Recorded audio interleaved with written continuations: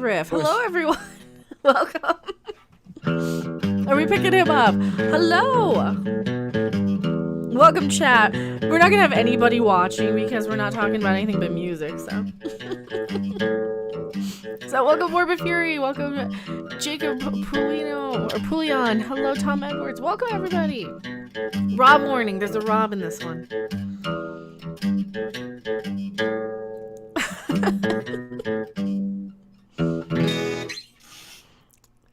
So, welcome. Welcome to the first episode of the new. What did we call this? It's the music podcast. What are we listening to? We originally going to call it On the Record, but you decided you'll think we're talking about vinyl. Yeah, we're not really talking about vinyl so much, even though we did have a lot of the stuff on vinyl that we're probably talking about. But yeah, we said, "What's that sound?" So just kind of threw that out there. So now I have to go. Change. Obligatory '60s reference. Do I need the Woodstock guitar? Yeah. Maybe. No, we're talking 90s today. 90s today. Well, yeah. I mean, I closed out the 90s top songs of the 90s. So you're canceled. Oh no, you're canceled for it. Nah, not the first time. So we're gonna run over. Welcome to our 1990s and mid-90s. Why the mid-90s? Because I had a picture of it, and today happens to be the anniversary of the date this photo was taken. It is July 31st, 1995. So specifically, we're doing summer of 1995, right when this photo was taken of me. Yes, I was alive then. I'm an old fart now.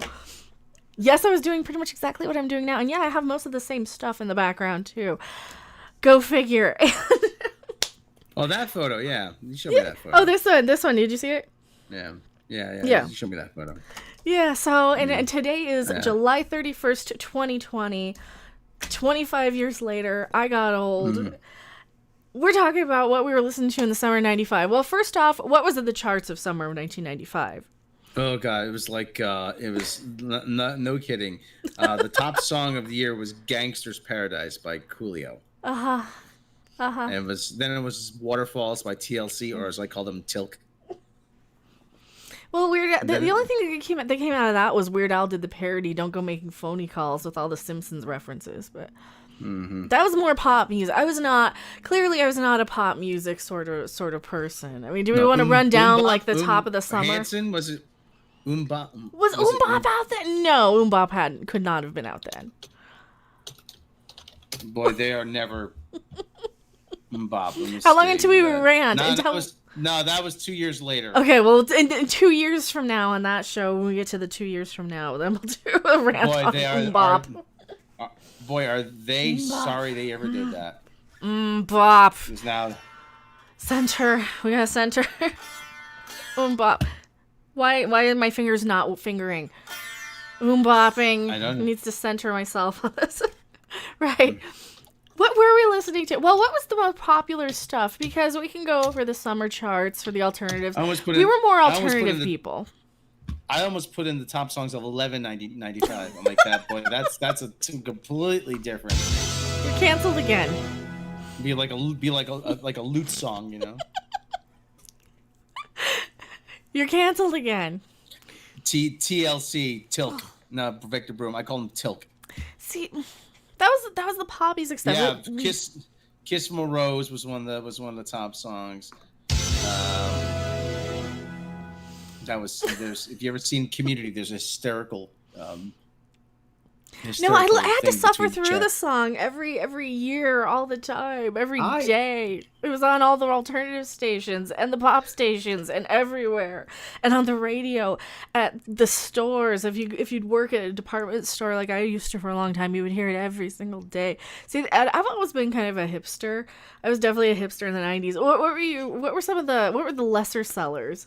That's where we can really get into. I think that's where we can get into the meat of it. Actually, this is actually Sunvolt actually drowned. I remember Sunvolt's drown a little bit. Yeah. Sunvolt. Yeah. You know what? I always thought Jay Farrar was gonna be the guy to emerge out of Uncle Tupelo with the better career, but it turned out to be Jeff Tweedy from Wilco. Shows you what I know. Dear God. And here I thought Wilco was one of those little one and done sort of bands that didn't have anything, and then they turned into something more. Because like the first time I ever heard Wilco was Box Full of Letters. What year was that? That was probably 96 though. I think that was 90. That might have been 95. Let me see. Well, Now look it up. Now we gotta stop and look it up because now we're Walking on the Sun or All Star by Smash. That was like 98, and I hate Smash Mouth so much. that was actually 95. That was 95. Wilco? Yeah, Wilco. Yeah, Box Full of Letters probably was the only one. Mm-hmm. Yeah, AM. I had that CD. That's the one I remember, and I thought that they were going to be like this. Same thing with Weezer too. Like, and now keep in mind, I'm not a really big Weezer fan, but I heard "Undone the Sweater" song by Weezer, and I'm like, oh, this is going to be a great little know nothing band that's never going to go anywhere with one little song, kind of like how you had all the little one and dones in the 90s. The 90s were like the 1960s all over again, like at least the late 60s, where you had all of the little obscure nobody bands. We were just talking about this beforehand. Where's the list where you found Smoking Popes? That was another one there's so many of those little teeny bands that were so obscure that were never go anywhere. Pretty much, they had like one song. And they weren't even hits. Because like Smoking Popes had the one song, I Need You Around, and I only remember this because it was, I think, on the soundtrack of something, but it was like one of those really, really fuzzy guitar alternative songs, but the guy sang it like a lounge singer. That was the only thing unique that stuck out about that song. Yeah, this is it here. The top Spin Magazine. Spin Magazine's still around. Are they? I don't know. Wow. They were supposed to be the hip, cool version of Rolling Stone, yeah. Yeah, they were for about a minute. Yeah. But there you go. Smoking Popes is at number 87 on that list. Number 87. But, yeah, Rusted Root. Oh boy, there's oh my God, Rusted Root. I kind of remember them. How bad was that? That was not my cup of tea. But there's another Beastie Boys root down. I mean, a friend of mine, guy, one of my best friends, Kev. You guys don't know him. He swear to God, he lived out on the West Coast. He lived in Encinitas, California for like 6-7 years. Went there, lived with a bunch of skateboarders. And the skateboarders all hung out. And one of the guys who used to work in the skateboard shop was Spike Jonze. And somehow he weaseled his way into becoming a director from working in the skateboard shop, but just taking pictures, just because he would put the word Jesus in the title. And he became friends with the Beastie Boys. He directed all the Beastie Boys videos. And Kev comes back from California to visit. Oh, the Beastie Boys, man, the Beastie Boys. I'm like, Kev, they were a novelty band. 3 Jewish white guys from Queens rapping.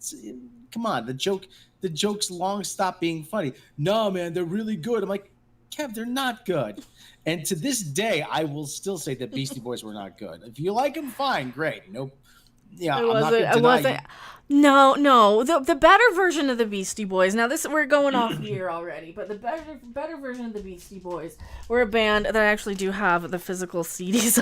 Pretty handy. Were the Warlock Pinchers. They were a much better version. They're a local band from my neck of the woods, Colorado. Christopher Jackson, Spike Jonze. He borrowed a lot of his ideas for everything. The whole Dinosaur Jr. thing, playing golf in Manhattan, that was an SNL sketch. The bowling ball with from the Breeders, that was a Camper Van Beethoven video. Take the Skinheads bowling. I mean, so he wasn't the most original guy to go in there. Just the whole Buddy Holly thing. Yeah, like somebody was gonna think of that.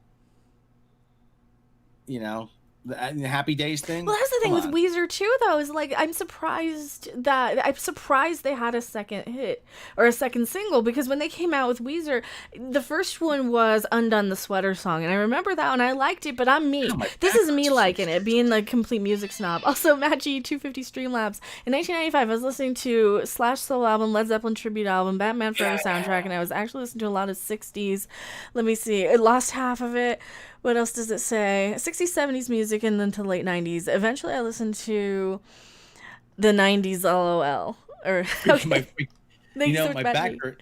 My back hurts right now. So this may be a momentous occasion. I may have a kidney stone right on the air. So it's you never know. That might be fun. Oh, that'd be fun. Yeah. You keep moving out of frame. I keep having to recrop you. You're fine. Yeah, You have well. toilet paper behind you now. Mm. That's where it Well, went. the That's old- where the shortage it went right there. Move a yeah, little the closer TP. so it's out of frame. Hoarding, So I'm not I'm cropping hoarding your head. TP. Move a little closer Yeah, to the mic. let me get it off camera. That works too. People get ideas about me. Well, we already know you and your quicksand fetish. Yeah, they do. But it's my. Do I have any CDs that I bought from 1995? Let me see. The stuff I was listening to so much, like my biggest band in the mid '90s was probably that I listened to a lot because I remember seeing them live was Ween. I listened to like all of the back catalog of theirs. So the mid '90s, I was listening to nothing but. So, yeah, because Chocolate and Cheese was like the big album that came out. I want to say it came out in '94 probably because by the time I saw them, they were still touring for it. They had come through a couple of times. I think this one came out the year before. Actually, it's a compilation. It's Hunter says Pennywise. I remember Pennywise. Because they were more of a. This is like punk, right? Yeah, they were more punk. This is like I said. This is a compilation. I listened to this all summer 1995, 94. Yellow Pills has extra material issues on this. Guy named Brad Jones. Why is Steam starting? The Gigolo Aunts are on here actually. Boston, great Boston band, Gigolo Aunts. Who we call the Paul Collins Beat, if you remembers them. Somebody who's the guy in the Raspberries, Scott McCarl, is on here. He replaced Dave Smalley on bass back when they made their last album, starting over. So that was a CD I listened to. But this is all power pop. So I listen to a lot of the same stuff I listen to now. I listened to back then.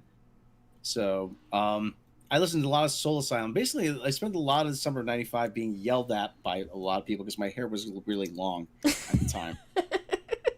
Well, Soul Asylum was on that. Where was that list that you were reading off? I want to read through that list of like the. I want you to read it because you have a better announcy ready voice. Oh, okay. And I can kind of monitor the chat then and pull up images if I need to. Yeah. Well, the Spin magazine that's on 95. Yeah. Or the bottom, because I was listening to the bottom of the list because I was, like I said, I was the hipster of the music geek. Number 95 is the Ramones. I don't want to grow up. That's right. They covered Tom Waits' "I Don't Want to Grow Up" from. Yeah. Because he had that about a year earlier from Bone Machine, I want to say, and that one I think they played that version of Beavis and Butthead quite a lot. Oh yeah. Sunvolt, Drown, Jonah Osborne, One of Us. Oh God. I could not stand that one either. They overplayed that. I just remember the close up of her face there with the nose ring, and it was a clip on. She was a fake. It was a fake nose ring. Yeah. Also, thank you so much for being a channel member, Chris Kelling. I really, really appreciate it. I do game streams at night too. I really don't consider her an alternative artist. No, Red House Painters, Summer Dress, Unwound, Demolish. I don't remember some. I don't remember that either. Rusted Root, Send Me on My Way, Beastie Boys, Root Down, Cranberries, Ode to My Family, Smoking Popes, Need You Around. Yeah, that was the one. Oh, the Ode to My Family. Which one? Oh God, that was awful for the Cranberries. I kind of remember that now. I remember. What was the one right before you said the Cranberries? Beastie Boys, Root Down. Root Down. I don't even remember their song Root Down, but I remember Beastie Boys in like the mid 90s being, very much, I think at least until Sabotage, a lot of their stuff was kind of so what you want, those sort of songs. I was not a big Beastie Boys, but I'm not a big rap fan anyway though. Belly, remember Belly? Yeah, I remember Belly. Which one? Feed the Tree? List. Probably no. That was the bees. I don't remember the Bees. No. They actually that was a gold record, that album. Yeah. Because I remember they had like the 2 albums. Yeah. The Deftones. 7 words. I remember seeing the video everywhere, and I remember seeing the album, but I don't think I actually listened to them. Well, anyway, 311, Don't Stay Home, Flaming Lips, Bad Days is on here. Which one? Bad Days. Oh, Bad Days. Okay, because I remember She Don't Use Jelly and Turn It On were the 2 big ones of theirs. So, but that was a little bit earlier, probably. Red Hot Chili Peppers. Yeah. Flaming Lips. Those guys would say, "I've never had a lesson, man." I'm like, yeah, I could tell. Red Hot Chili Peppers. Red Hot Chili Peppers. I See, mean, I if also you- was not a fan of the Red Hot. I remember them being everywhere, though. If you had any kind of musical ability, you would have to try to play as bad as the Flaming Lips. The Flaming Lips was just what? It was just I can't remember. They just had like So, here's ballet. Right? So, here's scream. it was just Red like Hot Chili that's all like Turn It On was. I don't even remember what chords it was, but I'm thinking this sounds like Turn It On. They were cute. I liked that one. That was the one where they're in the laundromat. I like the two songs they played on Yeah. Beavis and Butthead of theirs, but Red Hot Chili Peppers, my friend. Adamant, wonderful. Did I tell you you're wonderful? Yes, oh, I do. remember when Adamant came back for about a minute. Yeah, that was a Yeah. pretty decent Ec- song. Echo Belly? Never. Belly Echo, Belly King. or Echo Belly. What song did they do? Echo Belly. Echo Belly, King of the Curb. Okay, now I gotta pull it up. We gotta listen to it. Echo Belly. The Softies, An Awful Mess. KMFDM. I kind of remember KMFDM. I didn't really listen to them though. You know what KMFDM actually stands for? Hmm. Kill Mother Effin' Depeche Mode. All right, I don't remember this song at all. I'll link it to you if you want to listen to it. But I'd rather not. Tripping Daisy. I I got a girl. I remember that one. Oh yeah. That was- Elastica, the car song. Mhm. Remember, Yeah. I remember Elastica. I remember the Yeah, car because- song too. That was not their biggest. But hit. hey, you know what? Kathleen Kennedy will tell you that there was never a female rock band before. right. Sparkle Horse? Never heard of it. Sparkle Horse? Okay, let me listen. Let me look them up. Sparkle Horse?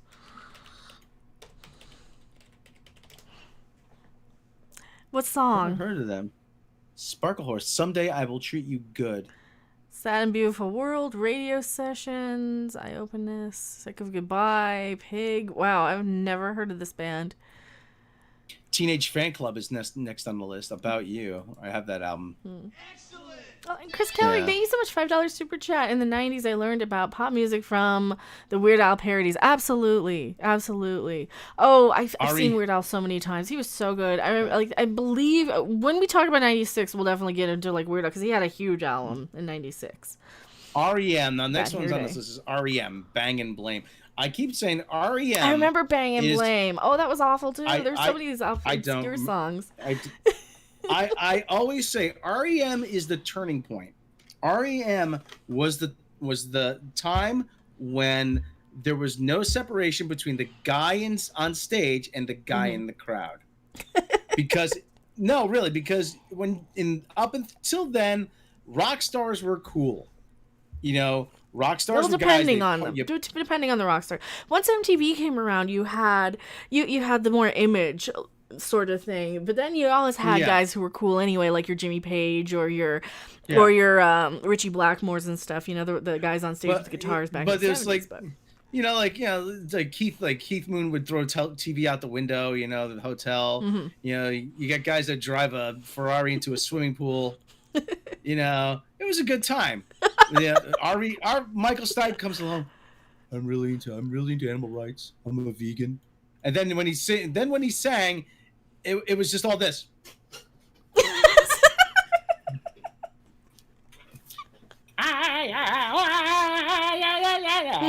I'm like,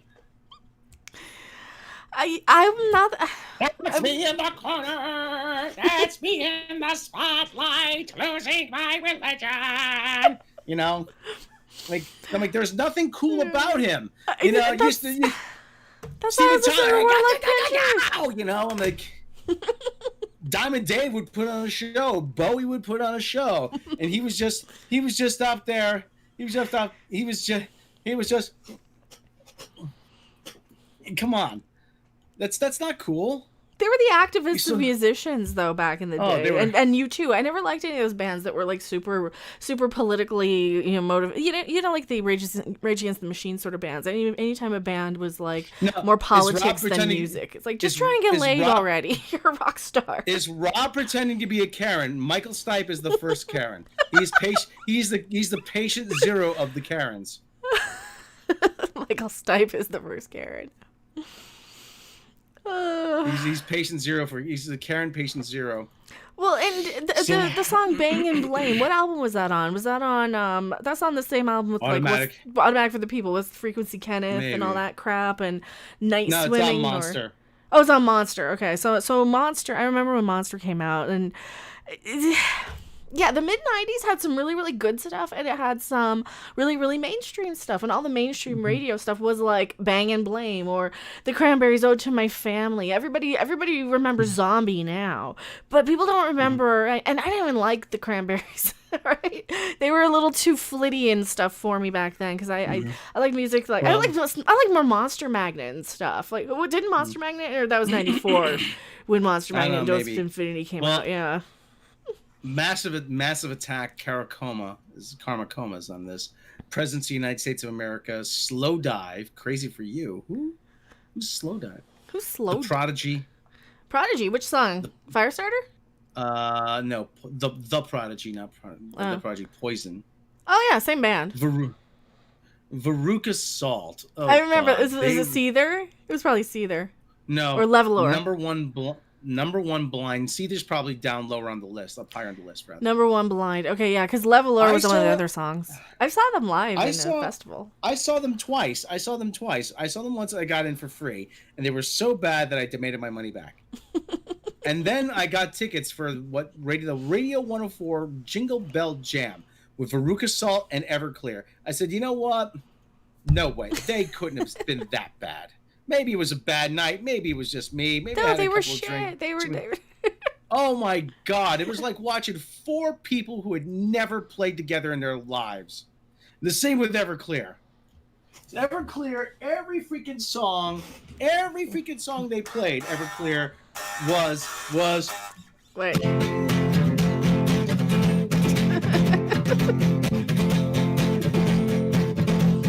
Yeah. It was monotonous. It was absolutely monotonous. It was terrible. Oh my God. What were people thinking signing them? Well, he was pretty, that's why. Look. Okay, look at this singer from Everclear. This is why he had it out. I'm gonna pull up a picture. I was going to do a lot of this, but Art, whatever the hell. Santa Monica was their big song. I remember. I don't want lyrics. I want the video. I remember him, but he was pretty. That's why he was like the bad boy. He was like the sexy bad boy. That's why he was. Where's my screen share? He was the sexy bad boy. That's why. Yeah. That's why they got signed, because he was prettier than Kurt Cobain. Matchy wants to know, when's the Me Trio touring? I don't know. That'd be awesome. The Me Trio. Okay. Yeah, that's box why. Full of letters. Actually, the Boo Radleys are on here, on this list. Who? Here, you can link the list in the chat here. Yeah, you can do that. When did Big Bad Voodoo Daddy come out? Toad the Wet Sprocket? I don't know. Probably Big Bad Voodoo Daddy was like in that 1997 sort of big band revival with Cherry Poppin' Daddies and all of those. You guys want to follow along? Yeah, there you go. Mm-hmm. When did Green Jello's first album come out? Okay, that was probably like 91, 92, I want to say.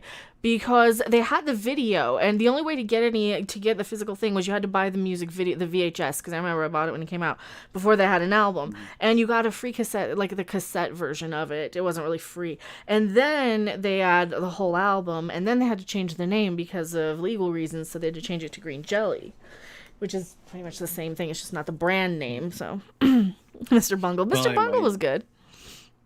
Wilco's next on this list. And like I said, Wilco, like I kept saying, I thought Jay Ferrara was going to be the big star to come out of Uncle Tupelo, but it turned out to be Jeff Tweedy. I think Jay Ferrara is actually out of music now. Let me see what he's find out. Jay Ferrara. What they're doing. 1901, Primus Big Brown. Oh, Primuses were known as Big Brown Beaver by then? Actually, I never got into Primus just because I didn't like their sound, but I could kind of respect like everything else. They're kind of like Frank Zappa for me, right? They're one of those groups where I should absolutely love them, but just something doesn't click right with the way they sound. So. Son Volt broke up in 1999 and then reformed in 2005. and so they're No still loss together. there. I wasn't a big Sunvolt No. fan. Well, okay. The Lilies, Hermit Crab, never heard of them. The Lilies? No, I've never heard of them either. Wax, Okay, remember that. California. Well, you guys will know. You'll know even if you don't know the song. It's the song where the guy's running in slow motion on fire. Yeah. Yeah, you'll have seen the that's video. actually pretty good song, actually. Mm-hmm. Yeah, it was like I Yeah. think their only song that really took off anywhere. One hit wonder, yeah. Mm-hmm. That's what I thought Weezer was gonna be, and that's what I thought Wilco was gonna be, like Wax or some of those bands. Yeah, the cream doesn't always rise. Portishead, Glory Box. Well, see, the only Portishead song I had heard was Sour Time, so you must be pulling up a UK chart, I think. No, this is Spin Magazine. Oh, Spin Magazine chart. All right. Yeah. Oasis. Well, when did the Oasis album Morning Glory? That was came 95. out? Okay, which it was Morning Glory or was it? Morning Glory. It was Morning Glory. Okay, so I could have seen Oasis. I almost got to see Oasis for the prior album before Morning Glory, and that's when I saw Veruca Salt also. Well, yeah. I think by the time, I think this list. Okay, so for bands like Veruca Salt, I think their earlier stuff was probably like a year before though. Yeah, Seether was like. Yeah, we're probably like the next year now. Yeah, Luna, 23 Minutes in Brussels. Never heard of it. Cibo Matto. Shiba Mato. They're a Japanese band. Okay, I do know Shiba Mato. Which one? Know Your Chicken? Was that the one that was famous then? No, well, no, it's his Birthday Cake. Birthday Cake, okay. Yeah, yeah. Listen to Shiba Mato. They're a Japanese chick band. They're kind of nuts. They're really good. I do have that album. I do have Shiba Mato. All right. I do like that one. See, people are always like, what do you listen to? Well, I like weird shit. Okay, there's some more like more accessible stuff on here. Alice in Chains, Grind, Live, All Over You, Face to Face, Disconnected, never heard of it. The Muffs, I've heard the Muffs, Kids in America. Or the Jill Sobul's on here. Jill Sobul. Oh my god, what, the Muffs version of Kids in America? Is that what you just said? Yeah. See, like I remembered them for some reason. Oh, okay. Shiba Mato. Okay, all right. I'll give that a listen. You'll probably hate it. It's just Japanese girls screaming. Shonen Knife was actually pretty cool. Sonic Youth. I saw Sonic Youth actually 92, 93. They were terrible. Well, they were terrible in 95 too. Oh, I think 94 was probably Bullet Heather. With 95, was it their cover of Superstar by any chance? I don't know. What was their song that was that you just read off?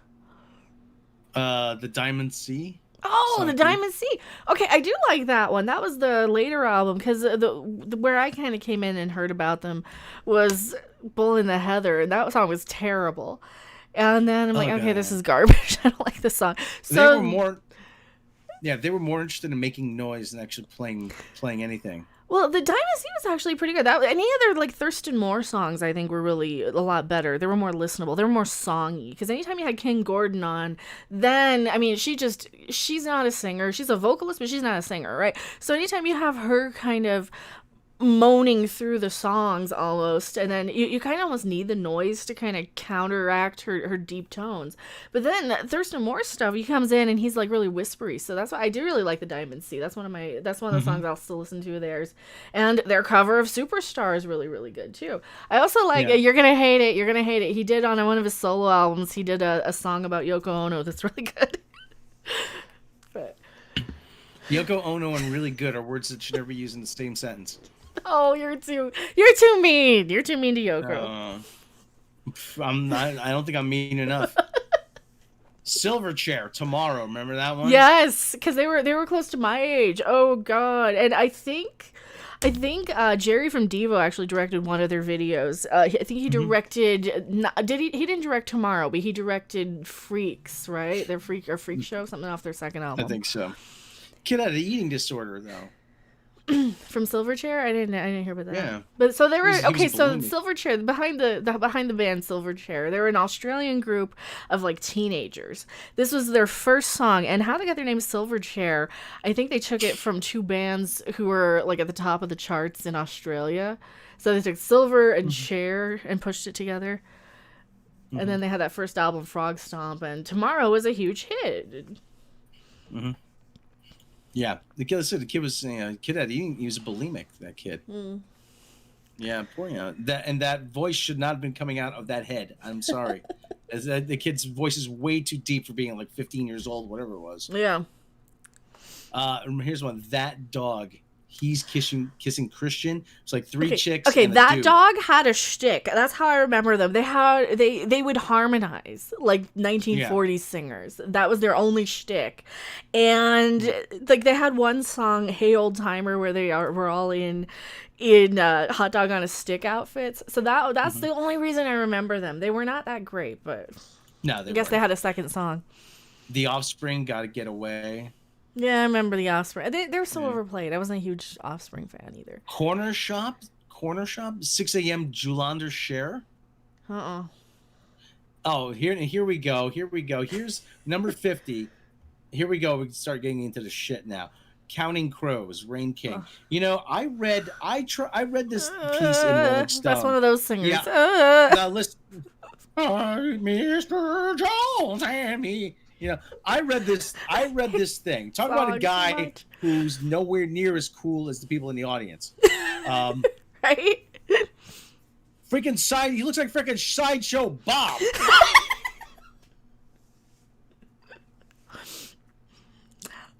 He reminds me of everybody in Boulder. Only in the 90s. Here's the thing. But okay, here's the thing.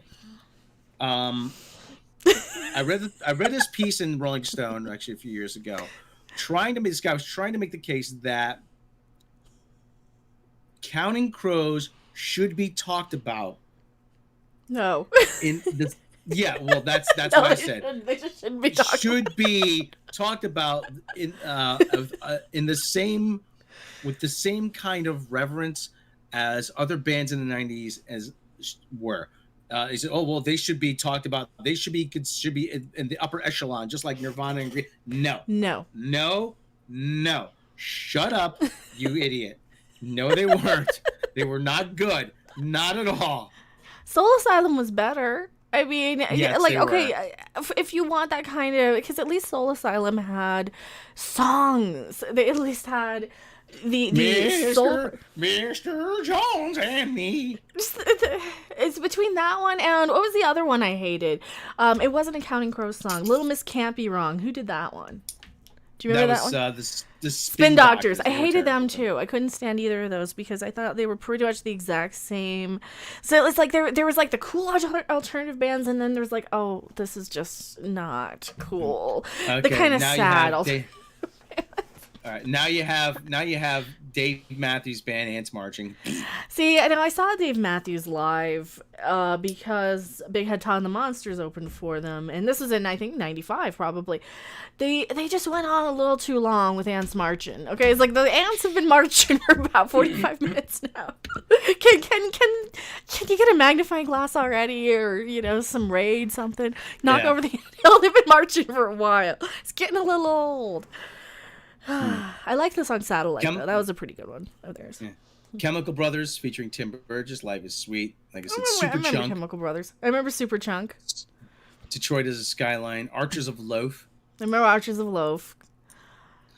Here we go. Soul Asylum, Misery. This is number 45 on their list. Yeah. I was in the crowd at the filming of this music video. Can we see you? They filmed this. No, they filmed. Maybe I think I'm one of the guys with the hat. I think you can see me. I have the hat on. I'm facing sideways to the stage. I think that's me, right up front. Mm-hmm. But yeah, they filmed the video. It was at Toad's Place here in town. They played for a good 45 minutes, and they played Misery like 3 or 4 times so they can get the footage for it. But they played like a bunch of other songs too, so that was good. But yeah, it was a totally impromptu concert. Director, hey man, you want to get in? Come on, let's go. I need another guy for video shoot. And the guy, he was really cool. I shook hands with them. They had picture signs all over there. By attending this event, you're giving us permission to use your likeness. So sort of like a blanket waiver, Mm. But yeah, I saw them actually a few years ago at Mohegan Sun. They're still good. My brother Mark, I remember my brother Mark. He never seen him before, I said, "Hey man, these guys are really good." I said, "Yeah, they've always been this good." Yeah, where are they from? And I said, "They're from Minneapolis." Why'd you think I wanted to move there? It's kind of like there must be something in the water there, man. Just I don't know. Well, you come to Colorado. Yeah. We got bands too. Before the riots, though, well, White Zombies on this list, More Than Human. More Human Than Human. See, I did not like More Human Than Human when it came out. Yeah. And full disclosure, I was a metal chick in like the late 80s. It sounded too rap to me. I just didn't like the sound of it. And I kind of still can take it. I just don't listen to it just because. But there's some other White Zombie songs I really, really like from the album after that. But. Tricky, Black Steel is on here. Never heard of that. Mad Season, River of Deceit. Never heard of them. I kind of vaguely remember it. Yeah. Now we're getting into territory where the writers are just trying to impress each other. All the pretentious stuff. Oh, there's so much pretentious stuff in the 90s, too. But you see, no, when people think this, they know a lot. They just named all the obscure shit trying to impress each other. I'm like, how much obscure shit that can I name? I'm like, I don't care. I don't care how much. That was me though, but I actually liked some of the obscure stuff because, like I said, my favorite band that I was listening to in the summer of '95 was probably Ween because they were just different. They didn't sound like anybody else. They had multiple genres. They had about 4 albums behind them that I really, really loved. So I spent that summer listening to so much of their stuff, and in addition to a lot of other bands too. That but they were kind of like the main one. Okay, number 40 on this list is Moby. All That I Need Is to Be Loved. I wasn't a big Moby fan either. Moby was in a hardcore punk band called the Vatican Commandos. Yeah, so I mean, I believe it. Oh yeah, Fugazi, Bed for the Scraping. Yeah, so they're a big East Coast punk band. I remember Fugazi. I wasn't a big. The Cardigans, Carnival. Don't remember. I remember the Cardigans. I remember Sponge. Yeah. Here we go. Which Sponge song? Which Sponge song was it? Was it Molly? Molly. Yeah, I remember that one. That was the big one. The Cardigans is probably Love Fool. No, it's Carnival. Oh, it's Carnival? Okay, I remember that one. Yeah. Blues Traveler. See, now here's the thing. Overplayed. Blues Traveler was cool when John Popper was still a big fat guy, but then he lost weight and he just became Dave Matthews. Well, the problem I had with Blues Traveler is that they kept playing that one song over and over and over and over and over. I'm like, okay, I'm still not in the mood for it. Ash, Girl from Mars. Ash? Filter, Hey Man, Nice Shot. Okay, I remember Hey Man, Nice Shot because that was closer to like the stations I listened to. That one wasn't that about Kurt Cobain. That was supposedly about Kurt Cobain. Yeah, or supposedly. Well, the one that actually was, and I couldn't tell you what year this one was, probably late 94, was a song by the band Four Squirrels, not the number, but FOR. It's a song called Mighty KC. That one actually was about Kurt Cobain, but then tragically a lot of those members ended up dying, I believe, in a bus crash before they got famous, which really, really sucked because that was a really, really good song. When did the kid from Blind Melon die? Shannon Hoon, probably was it 92, 93. It had to be early. It was 95. Yeah. Oh wow. It was 95. I saw him I saw them like a month before he died. Yeah, that was sad. That was really sad. Poor kid. He was what, 20? He was just about 30. He was like 30, 32 years old. No, it wasn't even that. Probably he was 28. Heroin, right? Don't they always? Yeah. Like between that and like the guy from Mother Love Bone, I want to say a lot of the Seattle bands really went out with that. But rains all the time out there. See, we gotta do like a Seattle sort of show. We'll do a whole show dedicated to Seattle. Write that down. Take a note. Write it down somewhere. Seattle. Get a post-it note. I gotta get a post-it note to remind me to buy more post-it notes. They Might Be Giants. I don't think They Might Be Giants had anything in 95, did they? Because I remember Flood came out probably 94, didn't it? I think you're right. I want to say because by the time 95 rolled around, I want to say Flood already was like kind of had come and gone. It had run their course, its course. The Verve is on this list. On Your Own. I don't remember the song On Your Own. I vaguely remember The Verve. Vaguely. Seattle show. Okay. We are Guar. Well, Guar didn't. Okay, in '95, Guar didn't have an album, did they? I think they had one in '94 which was. I think they had them. They bookended it because I don't think Ragnarok from Guar came out until like '96, and I didn't listen to it probably until like '97. Bjork. Bjork. Which album? I call her second album, probably? Army of Me's on this list. Yeah, that was on her second album, and that was also on the Tank Girl soundtrack, I want to say. Well, the Tank Girl soundtrack was probably summer of '95 too then. Yeah. Garbage was on here. The Rentals, Friends of P. Garbage, I always had a thing about Garbage because they were all record producers. I'm like, yeah, like they're not getting a record deal. Right. Well, that's why they did it, because they're like, I think they got tired of making songs for everybody else. Like, well, we can just do this ourselves. And they just hired the chick from Angelfish. It's not like they're starving though. No, but I think they were tired of bands that didn't look like they wanted to be there, getting all these record deals, and who were terrible. So like, you know what, we can actually play, and we actually know how to mix this, and we know actually how to make a hit and make it catchy. What was one of their first songs? Probably Queer was one of their first ones, right? You had Queer, and then yeah, that was probably Stupid Girl. Stupid Girl was probably on there, because I know Only Happen When It Rains wasn't until a little later, because that's when Captain Marvel was. They used that. Pearl Jam, I Got ID. Oh, the rental song Friends of Peace. So the Rentals were actually one of the guys from Weezer, and then a couple of chicks on synthesizers on Moogs. So that's what stood out about them. That song Friends of P. That's the only one I remember though. Elliott Smith, Needle in the Hay. People are asking, no Megan Trainor fans. Well, considering that she probably wasn't even born in 95 when we're talking about. Oh, no. I said about Megan Trainor, she's all about the bass. I'm like, you know her ass stinks, too.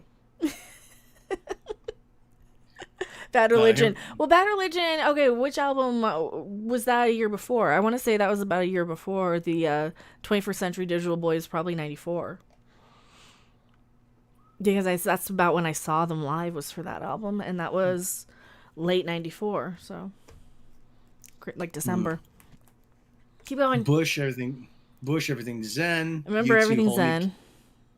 U2, Hold Me, Kiss Me, Kill Me. Oh, hated that song. I have a friend who loves U2. You know, every time she brings up, don't say anything. Don't say anything. She's got to know they suck though. No, she loves them. She's got to know that they're just corporate. They're Pepsi commercials. That's the type of music they make. They make commercials. You see, yeah, they do kind of make Pepsi commercials. They are Pepsi commercials, just they don't realize it. See, here's the thing about U2. It says, you know, they're such hypocrites. There's a whole thing they do about, hey man, hey, you got to be responsible with your money, and then they go and they incorporate in the Netherlands. The Netherlands has no corporate income tax. He goes, hey man, we got to be responsible with our money. No. It's not about my money. It's about your money, because my money's my money and your money's my money. Understand? No, that's right. You don't understand. I'm like, just come out and say, listen, hey, you know what? Listen, we made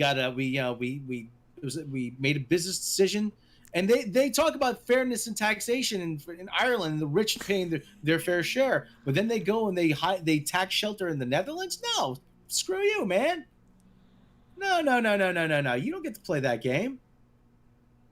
You know? And there's people like holding up signs at their concerts, pay your taxes. You know? Hey man, we got to be responsible with our money. Now pay no attention to the 200,000 Italian sports car behind me. You know, I always make fun of whenever someone used to play U2 at the Irish bar. I would say, now did Bono write this before or after he picked up his Ferrari from the dealership? And that's why I didn't like them, because they were activists so much, and their music was just kind of meh. People get pissed when I talk about that. I know. It's like, what's so great about them? I never understood what was so great about their music. It was all listen, just like, just come out and say, hey man, you know what? Just hey man, you know what? I'm very fortunate to be in this position that I have the means to enjoy some things that I have always wanted, and it's and I couldn't do it without everybody along the way, and I'm very grateful for this opportunity. That's all you got to say. It's okay. You know what? The guy's thankful. Okay. I don't begrudge anybody doing, you want to go out, you want to buy a Ferrari? Go ahead, buy a Ferrari. But don't act like you're Pope Bono. You know? Yeah, don't act like your shit doesn't stink. I guess that's the whole problem with modern day actors and stuff is that they're activists. They don't care about acting. They don't care about the same thing with a lot of the. That's why I wasn't a big REM fan too, or Rage Against the Machine, any of those sort of bands. Anytime it was a band that was more of a message than a band, it's like, well, you know what? You're here to entertain me. Your first job is to entertain me. Any piece of entertainment is to entertain me, not to preach to me. Yeah, not to preach. Yeah, that's what I always say. Listen, if they care about all these causes, then quit music and be an activist full time. Yeah, you got plenty of money to do it. Yeah, like, no. You want to be you're this. I get it, wanting to donate a lot of money to charity for tax reasons. I get that, having so much money. Well, I don't get that, but I understand where that comes from. Where you have to donate so much just so, well, rather they get it than the freaking government, right? And people rip on Paul McCartney for being cheap, but he sends his kids to public school.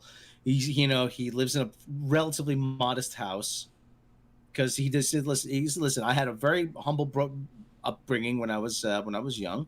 I didn't want to spoil my kids. I thought be better for them. I'm like, okay, cool, whatever. So, it's like I said, it's.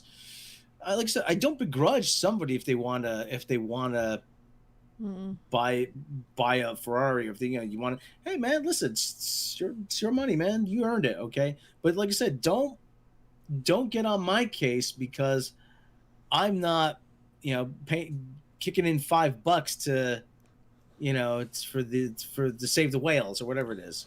Mm-hmm. It's like with the amount of money you're charging me for a ticket or a CD or whatever. It's like, sorry, you know what? Maybe donate a portion of the T-shirt I bought at your show. How about that? Yeah, do it that way. What do I get out of it?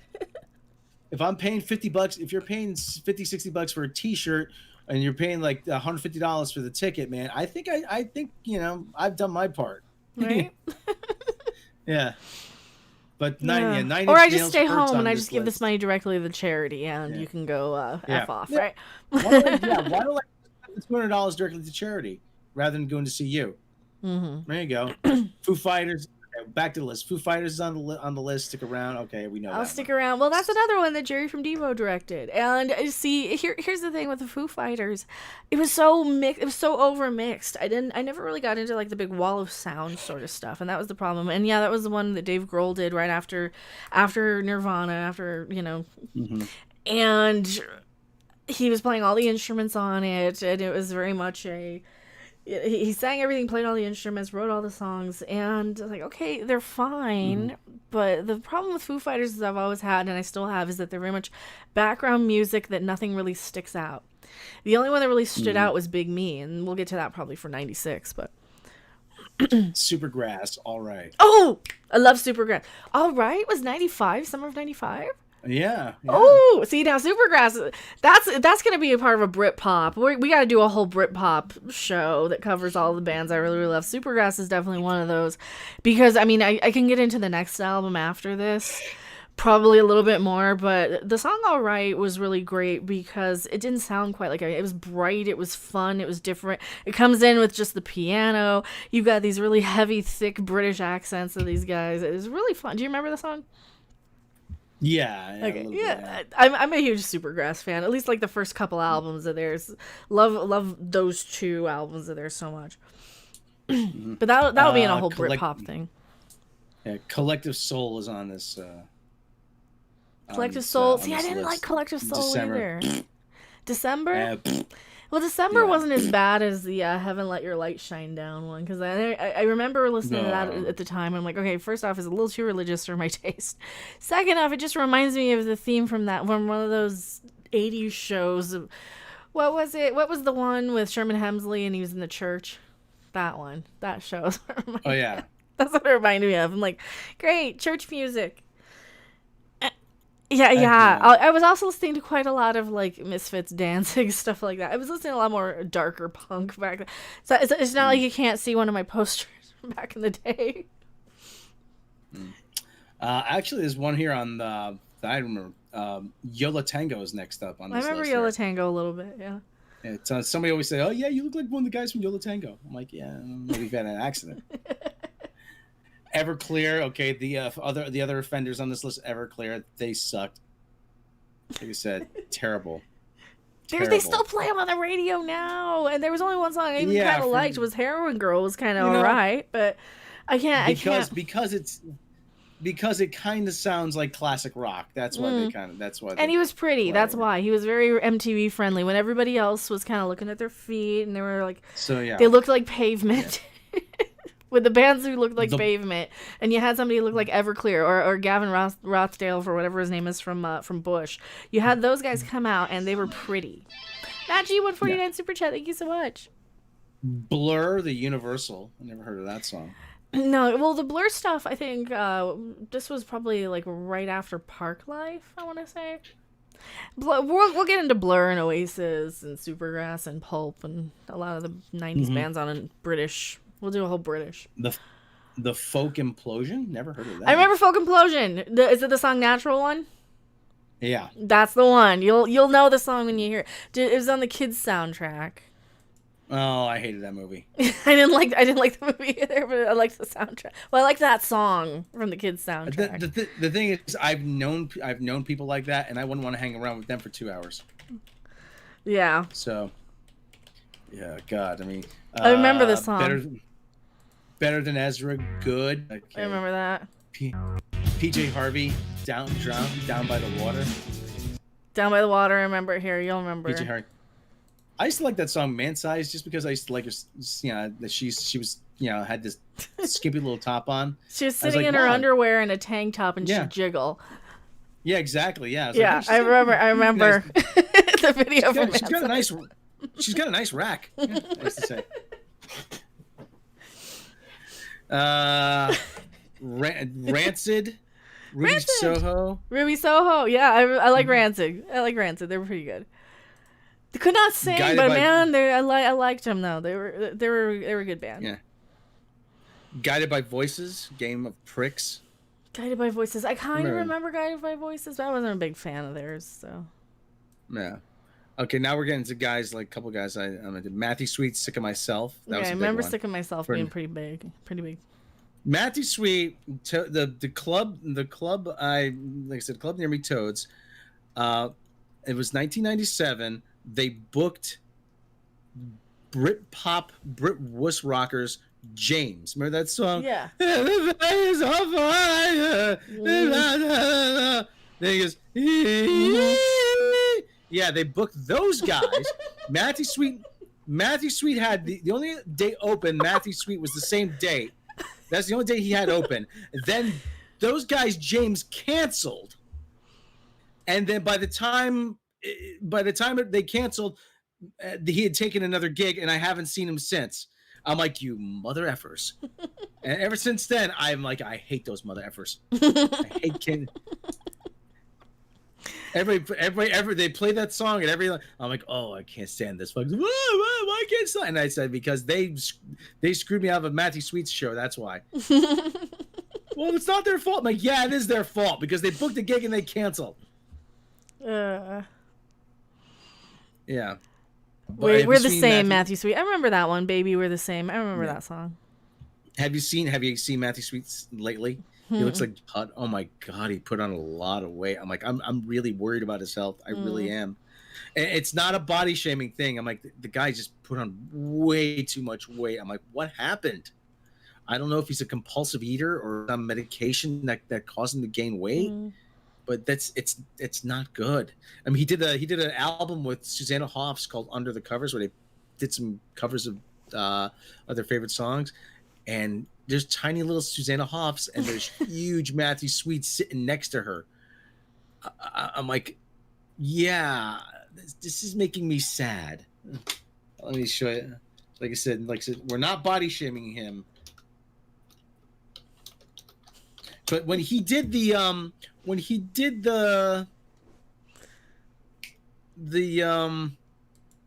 Which one? whatchamacallit? No, when he did the soundtrack for Austin Powers, he wasn't that big. I don't remember what song did he do in Austin Powers? Which one? The first movie or? Well, he wrote a lot of the songs. Oh, okay. Okay, this picture you can't really tell, but I mean, oh my god, like I said, I just want to see if I can see what it looks like now. But he looks terrible. And yeah, let me see. There. You didn't send it. You gotta send it. Yeah, hold on. I'm finding a picture of it. Hold on. It's all right. Here, it's all right. What's the next one on the list? Hold on. Here. Like I said, this is just terrible. I mean, it's really. I mean, this is not good.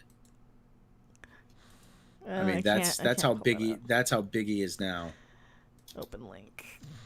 And he's. See, that doesn't even look like the same guy. No, it doesn't. Here, let me screen share. Yeah, I'm like I said, it's. Yeah, I didn't know. I didn't realize that was.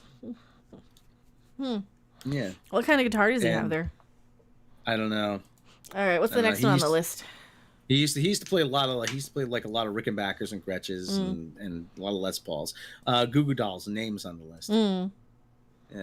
Yeah, it wasn't a Goo Goo Doll. They played the crap out of that one. I think anytime they played the fuck out of something, I just didn't listen to it a lot. I like their. Well, it's really their second or third album. It has Hold Me Up on it. What's the one with I'm the Only One? I think that was the only song of theirs I really liked, but. But that's the thing. That was the thing with like the Goo Goo Dolls. Anytime you would get any of these bands, that they would just get like the song Name. I never want to hear again because I would hear it so much at workplaces. You go to the grocery store and it's playing, and it's like okay, that's the type of songs that I never ever want to hear again. If I can walk into a Walmart and hear a song, I never want to hear. But I'm a music snob anyway, so I'm not gonna like anything. Yeah. I know. Alanis Morissette's. I don't consider this alternative rock. You ought to know. Well, it originally started as alternative, but then it kind of evolved into the mainstream pop. And that was the thing about like the mid-90s, is that the alternative and the college radio stuff was kind of shifting into the mainstream for about a minute, and then all the rap and hip hop stuff kind of took over. All the R&B and soul and stuff kind of got swallowed into the rap and pop sort of genres. Yeah. And alternative kind of went bye-bye. I said to you before, Alanis Morissette's is like the one woman that I've seen naked. I was just like, you know what? I can't even jack it to this. It makes me say, damn woman, put your clothes on. She does not look good naked. He had to remind me of what she was in naked, because I had never liked Alanis Morissette. No, she was in that Thank You video. Remember? Thank you. Kinda. Even though it was blurred out, you can still get a kind of sense of what she looked like naked. Yeah, I kind of remember it, but that's the thing with. That was the thing with her music. Like, I wasn't. Just her voice was so off-putting to me, and the style, and okay, so she's got like David Navarro on guitar on You Ought to Know or whatever. She didn't really have a band. She didn't really like. She wasn't anything that I could put my finger on of why she was famous, other than she's just a Britney Spears type, and Britney Spears wasn't out yet, so she was just like a Debbie Gibson. She was just a Tiffany. She was one of those, and she was in the alternative pop idol. And she had come from Canadian TV. She was on Canada Television for about a minute. Yeah, my brother actually said to me, he says, "Damn, I said she was on that. Do you know she was on that? You can't do that on television. Damn, Moose rocks."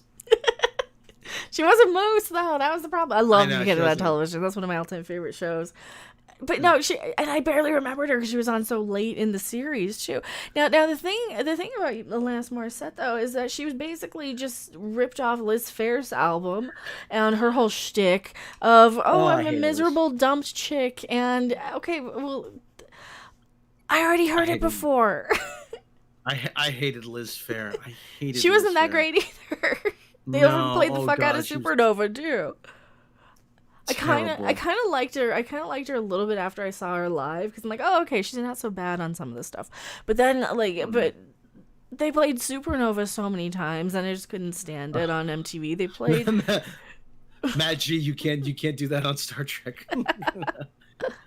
Oh, speaking of Star Trek, oh no, Lower Decks is next week. Yeah. Oh no. Oh no. Don't remind me. No. Well, hopefully nobody will upload it anywhere, so we'll have to watch it. The apathy is surrounding the show is palpable. I know. You feel the apathy, man. All right, we're in the top 10 here. Top okay? 10. 9. This is according to Spin Magazine. Like following along on Pavement, Grounded. I kind of remember Pavement, but I kind of remember. They did cut your hair, right? Pavement did cut your hair, right? Yeah. Yeah. Yeah. Spit on a Stranger was good, actually. Okay. Yeah. Gin Blossoms, Till I Hear From You. I wasn't a Jim Blossoms fan either. They're I another like one. that song, though. I saw the Gin Blossoms a few years ago, and they were terrible. Oh my God, they were so bad. I'm like, you guys do know you have amplifiers and you could turn them up, right? Like, you did, No, they didn't. And I was like, you don't have to try to sound exactly the same as you do on the record. I mean, you can deviate a little bit. So, well, anyway, that song was co-written by Marshall Crenshaw. And they were trying to because Doug Hopkins had killed himself 2 years earlier. Mm-hmm. So they were trying to prove that they could have a hit without him, and that was their one hit. But it was co-written by someone who was much more talented than they were. I'm sorry, but after, like I said, that whole first album, after Doug Hopkins, they kicked him out of the band. That was it. They was over. Their career was over. And okay, well, all right. Next up, Hole, Violet. All right, that one I remember. But the thing about Hole, okay, so by the time that song came out, that album that was on had already been out for about a year. That was their second album, the one that Courtney had managed to get on to Geffen. That album that came out right as Kurt Cobain had, like right after he died or right before, it was really close. The first song off that one was Miss World, I remember. And by the time Violet came out, I had gone and listened to like the previous stuff, and the earlier album, Pretty on the Inside, which was the one that was produced by Kim Gordon of Sonic Youth, was actually a lot heavier, a lot better, a lot rawer, a lot less. I don't know. There's just something a little too polished sounding about Hole's Pretty on the, or about Hole's what's the one, Live Through This, that we're talking about here, the Geffen release. So there's something a little bit too polished for me about any other stuff past Pretty on the Inside. Except for a couple of little things here and there. You might hear like some live stuff, some B-sides, some singles, some stuff here and there, like Drowned Soda was pretty decent. Anytime you have some of their more obscure stuff, then it kind of sounds more honest and more... It sounds a little bit more like she's singing a song that she wants to sing other than freaking the music producers. Because that's what Live Through This kind of sounds like to me. It sounds really much like the music producers came in and they took some of her stuff and some of the stuff she stole from Cobain that she had like kind of, because she did it. There's a few little things here and there that he wrote from some of that stuff. That's why I like Pretty on the Inside so much better anyway. And whoever she probably stole that one from, probably a Babes in Toyland album, which I was hugely into. If we go to like 94, that's all Babes in Toyland for me. So.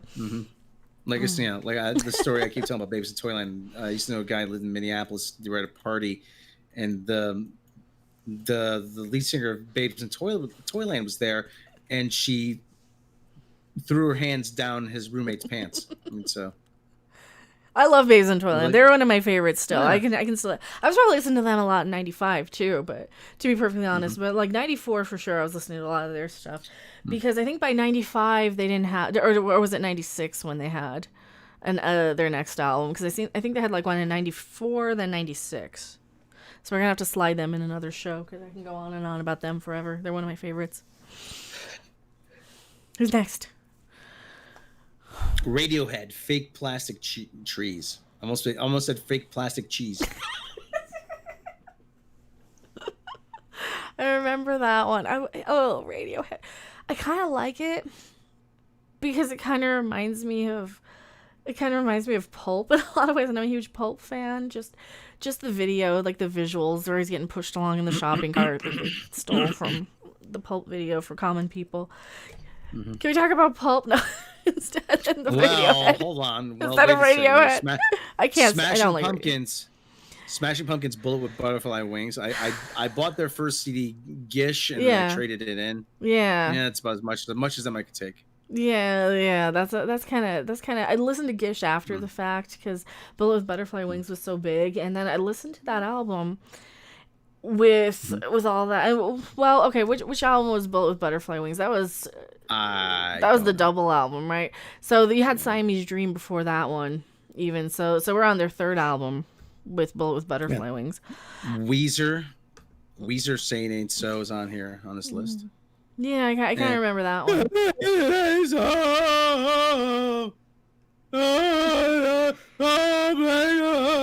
Shut up.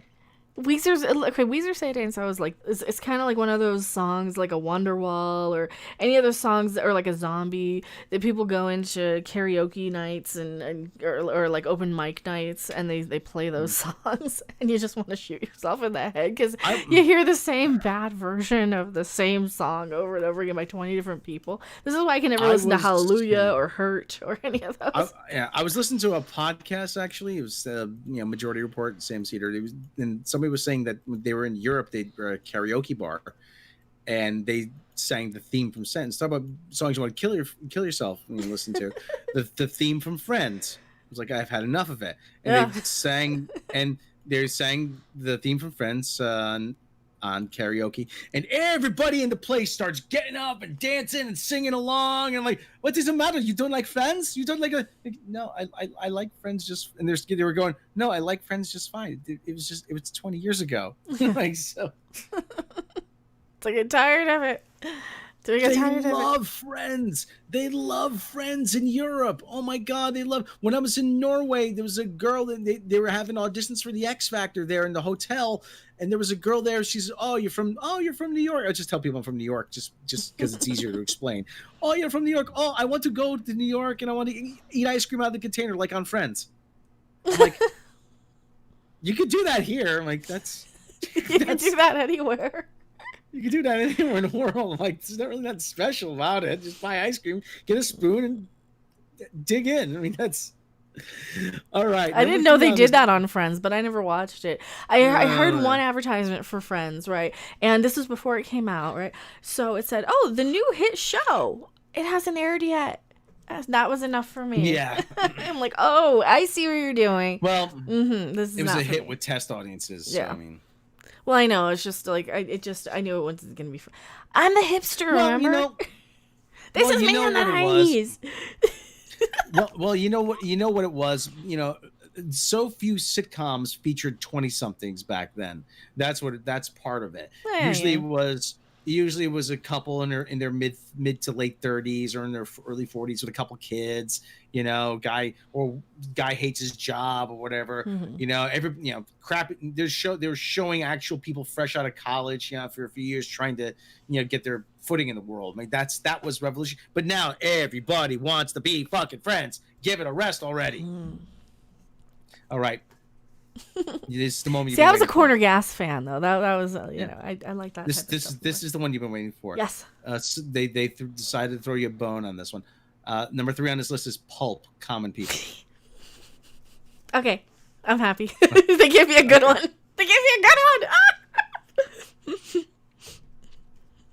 Pulp's Common People works on several levels. On the surface, it's purely a static dance floor anthem. about staving off boredom, thanks to pulsating 80s synths, debauchery references, lyrics, and Oh, they're expert so pacing. good. Oh, Pulp was so good. The Trash Theory just uploaded a really good documentary on common people. I highly recommend it. It gives you like a good backstory of the band. It gives you all kinds of stuff. They're just one of the good gritty. My Brits will know Pulp. I mean, I'm a huge Pulp fan. I'm a huge Supergrass fan. Those are kind of like my two go-to Brit pop bands, and Pulp, at least with common people, when that one came out, and I didn't really get to listen to it until a little bit later anyway, because summer of 95, we didn't get a lot of the good music out here. We didn't get a lot of the, like the crap that they were playing on MTV in summer of 95 was TLC's Waterfalls constantly. Pretty much every other song was TLC's Waterfall. I didn't get to see Pulp and Supergrass or any of the bands. I love 16 Horsepower. I loved all these weird obscure bands in the 90s, right? And so when you got something cool and different like Pulp, I just kind of perk up and like, oh, this is different, this is interesting, this is unique. And the lyrics in there are kind of hilarious. It's about basically a rich upper class high society woman going to the UK, wanting to kind of live and slum it up in London with the people who live in the shittier locations and live pretty much hand to mouth, eating fucking noodles out of the microwave, out of those little freaking styrofoam cups. So yeah, that's oh god, and that's one of the things I really love about that song is just how interesting. You gotta listen to the song. You might like Pulp. They were one of my favorites though. Just that whole album, Different Class, is so. How do I put this? It is so unique to the whole British pop sound. It is very much of the British pop mid-90s sound, but it also is very much a standout. Like, just because Pulp was such a standout thing. Because they were around for so much longer. Because they had struggled throughout the whole 80s trying to be, but they were always kind of obscure. They were always kind of like a music snob band. And that's why I really, really love them, so... They're hard to explain. I'll have to prepare something when we do the British pop sort of thing and compare like the differences of the Brit pops. We'll do a whole episode on it. All right, we're almost done. We're almost done with this list here. To Green Day, When I Come Around. I wasn't a Green Day fan, really. Okay. Number one. What do you think the number one song on this list is? Alanis Morissette. We already said Alanis Morissette. Oh, yeah, but she was all over the crapping place in the 90s.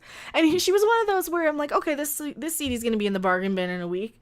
Because you knew if something hit really, really big, that everybody was going to buy it, and then everybody's going to be sick of it. So everyone was going to trade it in, and it was going to be in, like, the cheap CDs thing. And then there was going to... Because there's a CD shop near the college that I would always go to buy CDs from used. And if you got enough of them traded in, they ended up in the $10 and under bin. And then, once a month, they would mark them half price, so... I don't know how... All right, what's the song? The number one song on this list is Oasis, Wonderwall. Ugh. Well, I know it was a huge hit, and that's another one I'm just so sick to death of because I hear it all the time. I liked a lot of the other stuff. I liked Rock and Roll Star. I loved What's the Story, Morning Glory. I can still listen to What's the Story, Morning Glory. Like, I can still listen to that. I can still listen to Don't Look Back in Anger, even. What's the other one that they had that was really good? Not Champagne Supernova. That one makes me want to kill myself. Don't Look Back in Anger. Yeah. What was the other one that was kind of like Don't Look Back in Anger off of the other album? Okay, the one before. Because now we're on the second Oasis album in '95. Supersonic was good. Live Forever. Live Forever. I like that one too. Yeah, I like Live Forever a lot. Some might say Transcendental Cthulhu. Hold on, they had. It was a great story though about them because they did. There was a couple of things that that always I found interesting about them. Noel Gallagher. He was at some kind of music convention or music thing, whatever, some kind of music event and he had run into like an A&R man, and he said, "Oh yeah, my band Oasis is we got all this all these songs written, man. We got all this we're all ready to go. We have we have all this stuff written in the can. It's just, we're waiting to be signed, man. We're just, we're ready. And it's okay. Then You're the not guy signed him stuttering on. enough. They stutter quite a bit. Remember that they needed to be subtitled in the mid '90s because they Yeah, would stutter because yeah. they have that accent. They have the Liverpool accent, right? They're from Liverpool. No, they're from Manchester. Oh, they're from Manchester. Okay, so they're from Manchester, but But they stutter a lot, and people couldn't understand them in the United States. And I'm like, I understand every word they're saying. But anyway, so he BS's this guy for a good half hour. I got all this music, got all blah blah blah blah blah. All right, and they sign him to a contract. He goes home and he says, "Well, I guess I better get to work and write some songs now." Didn't have a lick of music written, and so he goes home and he rips off a lot of Beatles songs and he ripped freaking. But they were still Don't good, Look Back in though. Anger is actually the same chord progression as Imagine. Yeah, but it sounds better. Yeah, it does. It's such a. Well, I think it's a better song than Imagine, to be honest. well, but anyway, but that's Well, the that's hook. not- It's the that's- chorus that gets it. It's the chorus that makes it, I think. But anyway, let's talk about he actually had the best take on being famous. He says, "I don't understand why people like Eddie Vedder are so miserable. Oh man, it's terrible. It's lonely being. It's so horrible being a rock star." He goes, "I love it." This is Noel Gallagher. I goes, "I love it." He goes, I got a lot of money. I got a nice house. I got a nice car. I go everywhere in the world. People know my name. I've got 2 stalkers. This is great." He said, "I love this." Nothing I like him is look at this. Well, Look they at were Epiphanies. they were some of the last rock stars, I think. Oasis. I think they were Oh, yeah. probably some of the last, because we haven't really had any rock stars since then. Yeah. Actually, the picture is Noel Gallagher. He's playing a Matsumoto. That's Epiphone. Liam. No, that's That's Noel. Okay, which one? Which one was the singer then? Liam was the singer. Noel was the Liam- guitar player. That's right. Oh my god. You guys That gotta is a- cancel me. I don't remember. I don't know my That's- Gallagher's. But that is a Matsumoto. That's a Matsumoto Epiphone Riviera. Mm-hmm. That's actually they were only sold in Japan, and they were sold in Europe, I think, for a while too. But they weren't sold. A lot of them weren't sold. Didn't make it to the U.S. I've been looking for one. So that's made in Matsumoto made a lot of instruments. There's, the ones supposedly that came out of Japan were better than the ones you get now. Yeah, they were both singers. You're right. You're right. Well, I know that when the main singer would throw temper tantrums or they'd fight or whatever, then the guitar player would step up. That's me. I wasn't the biggest Oasis person, but Well, anyway. well, anyway, did we top the list? I think that's at least what we were listening to then. God, we gotta go back like to 93, 94, because I didn't even get into like Beck and stuff. But Beck's gonna be like a whole subgenre because he was probably 94 or so. But I gotta go back with his back catalog if we talk about his stuff. Like I said, I was driving around my brother Mark's MR2, Toyota MR2, listening to the CD. I probably took better care of that car than he did. So, talk about that was a car that was impossible to drive in the snow because it was so low to the ground and it was mid-engine, so there was no traction on the back wheels. Mm-hmm. So you just Linkin Park. I don't think Linkin Park was around yet. They weren't around yet. Like the new metal wasn't around. Korn was barely around. Korn was like barely around. I did not listen to Korn until probably like 98, 97, 98 or so. Like in the mid 90s I was like no. I didn't like the direction metal was going at all. I had renounced it. I had said no more of this stuff because I was listening to all like the hair that's like late 80s is a show in itself too, because then I can bring in like the metal stuff more than he can. He can bring in more of like the Replacements and Smithereens stuff if we do like a late 80s sort of thing. But we'll kind of break them down. What do you guys think? What do you guys want us to break these down into? We just decided with summer of 95 because it was a good jumping point. Also, if you guys like these, tell us in chat and in the comments if you want us to do more of these. These won't be super long. These are going to be probably like less than an hour and a half each week. We'll figure out a good day to do them. We want to keep it under 90 minutes. Mm-hmm. A good day to do them, a good time to do them. Maybe it's like Thursday night or whatever. Yeah, maybe like a Thursday instead of a Friday night when we're getting slammed. Maybe we'll do a Thursday night. But Because every time I see it, like everybody else is always we're up against everybody. So we'd be up against World Class if we were on Thursdays. We'd be up against pretty much everybody. Maybe if we do maybe Wednesday night or something, but I don't know. Mm-hmm. More of these? You like these? Hopefully you guys like these. We're getting an average watch time of 2 minutes. So, oopsie. Maybe I might come back and stream some Mario tonight. We don't know, but I'll probably trim some of this. Figure out something. I don't know. Maybe if I unlist them or just stick them on the other channel afterwards. Maybe put them on the live channel. That's the whole thing with going live, is that you screw your algorithm with them. So, who knows? You get the super chats, but the algorithm gets screwed up. Yeah. That's the whole thing. So, but anyway, thank you guys so much for hanging out. It has been super fun. For showing up for our first episode of this. I might trim it down quite a bit for some of the dead air. I might if we unlist it and upload it later.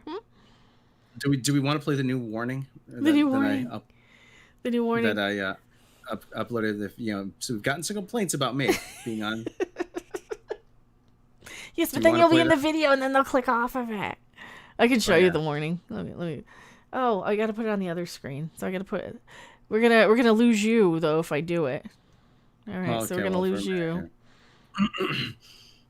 Because then I gotta go full screen here, and then I gotta go this. So he recorded a warning. Hello.